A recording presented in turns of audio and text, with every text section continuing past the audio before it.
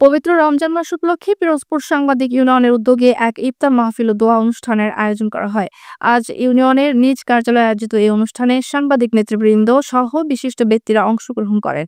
অনুষ্ঠানে সভাপতিত্ব করেন পিরোজপুর সাংবাদিক ইউনিয়নের সভাপতি জুবায়ের আল মামুন এবং সঞ্চালনার দায়িত্ব পালন করেন সাধারণ সম্পাদক নাসির উদ্দিন। এছাড়া আরও উপস্থিত ছিলেন পিরোজপুর সাংবাদিক ইউনিয়নের সহ সভাপতি ফেরদৌস ওয়াহিদ রাসেল।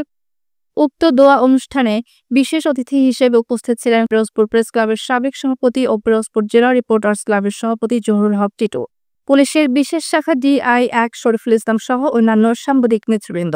ইফতার পূর্ব দোয়া মাহফিলে দেশ ও জাতীয় শান্তি, সমৃদ্ধি এবং সাংবাদিক সমাজের উন্নতির জন্য বিশেষ মোনাজাত করা হয়।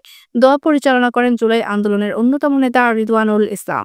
অনুষ্ঠানে উপস্থিত সাংবাদিকরা রমজানের শিক্ষাকে ধারণ করে সমাজে ইতিবাচক পরিবর্তনে ভূমিকা রাখার অঙ্গীকার ব্যক্ত করেন। এছাড়া পিরোজপুর সাংবাদিক ইউনিয়নের বিভিন্ন উন্নয়নমূলক কর্মকাণ্ড এবং ভবিষ্যৎ পরিকল্পনা নিয়েও আলোচনা হয়। অনুষ্ঠান শেষে সবাই একসঙ্গে ইফতার গ্রহণ করেন এবং সৌহার্দ্যপূর্ণ পরিবেশে মিলিত হন।